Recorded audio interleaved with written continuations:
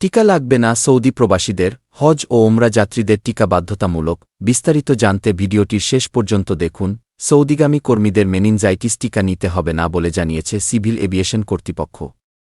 তবে ওমরাহ করতে বা ভিজিট ভিসায় সৌদি আরব যাওয়ার ক্ষেত্রে অবশ্যই টিকা নিতে হবে।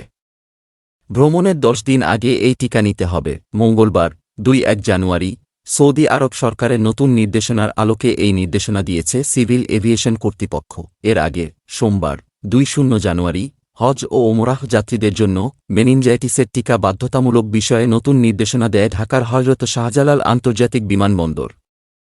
নির্দেশনায় বলা হয়, যারা ওমরাহ বা হজ করতে যাবেন অথবা ভিজিট ভিসায় সৌদি আরব যাবেন তাদের সবার জন্যই এ নিয়ম প্রযোজ্য হবে। সৌদি আরবে ভ্রমণের কমপক্ষে 10 দিন আগে মেনিনজাইটিসের টিকা নিতে হবে।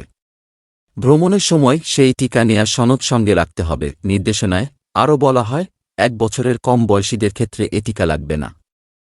আর যারা গত 3 বছরের মধ্যে এটি নিয়েছেন তারাও এর বাধ্যবাধকতার বাইরে থাকবেন। 10 ফেব্রুয়ারি থেকে এ নিয়ম কার্যকর হবে। এজন্য সৌদি আরবের সিভিল এভিয়েশন দপ্তর ইতিমধ্যে সব এয়ারলাইন্সকে এ বিষয়ে নির্দেশনা দিয়েছে। মেনিনজাইটিস নানা রকমের হয়, যেমন bacterial meningitis, neisserial meningitis, viral meningitis ইত্যাদি। হাঁচি, কাশি ও অস্বাস্থ্যকর স্বাস্থ্যবিধির মাধ্যমে এ রোগ ছড়াতে পারে। এই টিকা ছাড়াও কয়েকটি দেশের ওমরাহ যাত্রীদের করোনাভাইরাস, ইনফ্লুয়েঞ্জা, পিতজ্বর ও পোলিও টিকা নেওয়ারও আহ্বান জানানো হয়েছে। এর মধ্যে পাকিস্তান, নাইজেরিয়া, আফগানিস্তানের যাত্রীদের জন্য পোলিও এবং অ্যাঙ্গোলা, কঙ্গো, ব্রাজিল ও নাইজেরিয়ার যাত্রীদের জন্য পিতজ্বরের টিকা বিশেষভাবে বাধ্যতামূলক।